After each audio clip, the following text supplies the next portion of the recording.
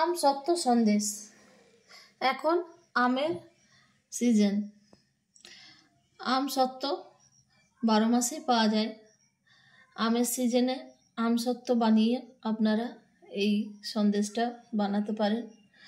আম সত্ত্ব অ্যাভেলেবেল থাকে 12 মাসেই দোকানে, সেইটা দিয়েও আপনারা এই সন্দেশটা বানিয়ে ফেলতে পারেন। আসুন দেখে নিই রেসিপিটা কিভাবে বানাচ্ছি। নমস্কার বন্ধুরা, বাঙালি হাউস রেসিপিতে আপনাদের সবাইকে স্বাগত। আজকে আমার রথযাত্রা স্পেশাল আম সত্ত্ব সন্দেশ। এই রেসিপিটা যদি আপনাদের ভালো লেগে থাকে লাইক শেয়ার সাবস্ক্রাইব করবেন। আজকে রেসিপির জন্য নিচ্ছি বাড়িতে তৈরি করা খোয়া, চিনি, আম সত্ত্ব, বাড়িতে তৈরি করা ছানা, রোজ ওয়াটার। গ্যাসে একটা প্যান বসিয়েছি, এতে ঘি তেল কিছু দিচ্ছি না, ছানাটা দিচ্ছি।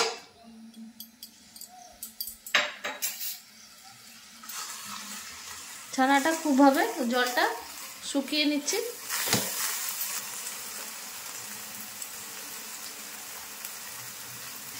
চিনিটা দিয়ে দিচ্ছি।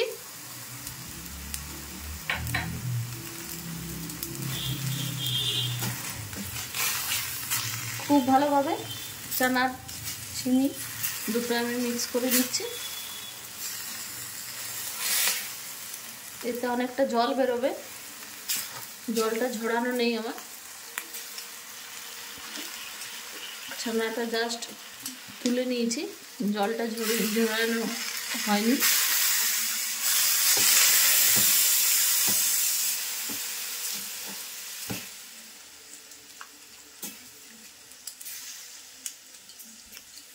চিনিটাও গলে যাবে, ওই জন্য চিনিটা দিলাম আগে। আপনারা চাইলে পাউডার চিনিও ব্যবহার করতে পারেন।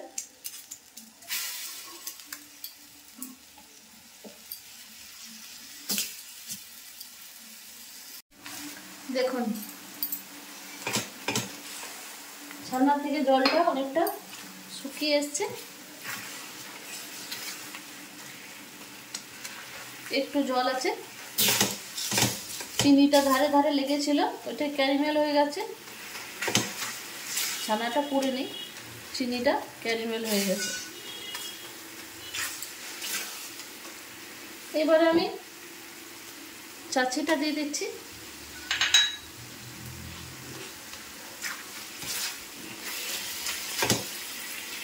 মিক্স করে নিচ্ছি খুব ভালোভাবে।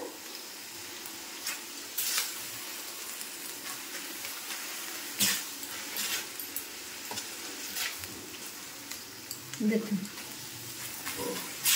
মিক্স হয়ে যাচ্ছে কি সুন্দর।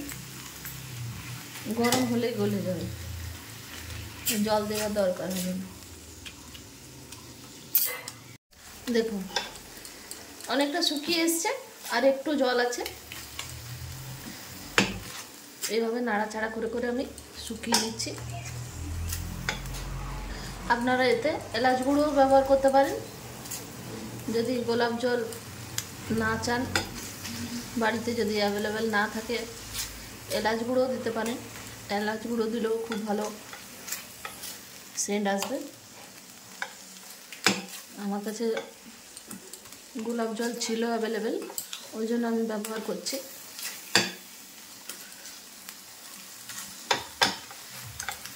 দেখুন কি সুন্দর পাকটা হয়ে গেছে।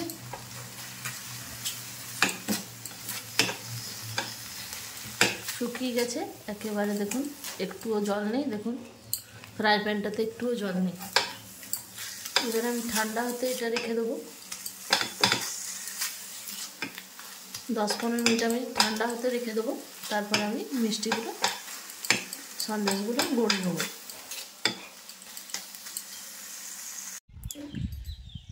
দেখুন পুরো মিশ্রণটা একেবারে ঠান্ডা হয়ে গেছে, শক্ত হয়ে গেছে। আমি আম সত্ত্বটা নিয়েছি, এইভাবে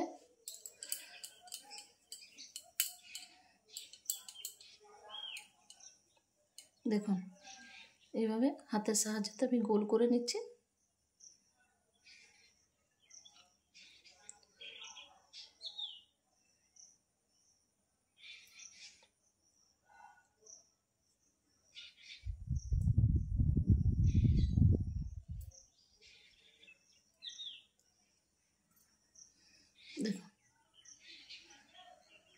এইভাবে আমসত্ত্বটা মিষ্টিটাতে কভার করে দিলাম।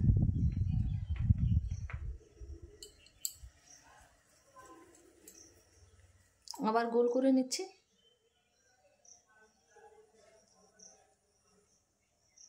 আবার এইভাবে মিষ্টিটাতে কভার করে দিলাম। একটু হাতের সাহায্যে চেপে দিলাম।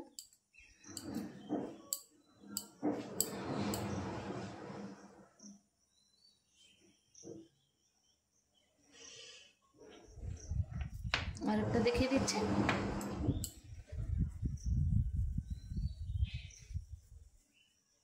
গোল করে নিলাম। আমসত্ত্বটা এইভাবে একটু প্রেস দিয়ে মিষ্টিটার সাথে গায়ে লাগিয়ে দিলাম। এইভাবে আমি সবগুলো করে নিচ্ছি।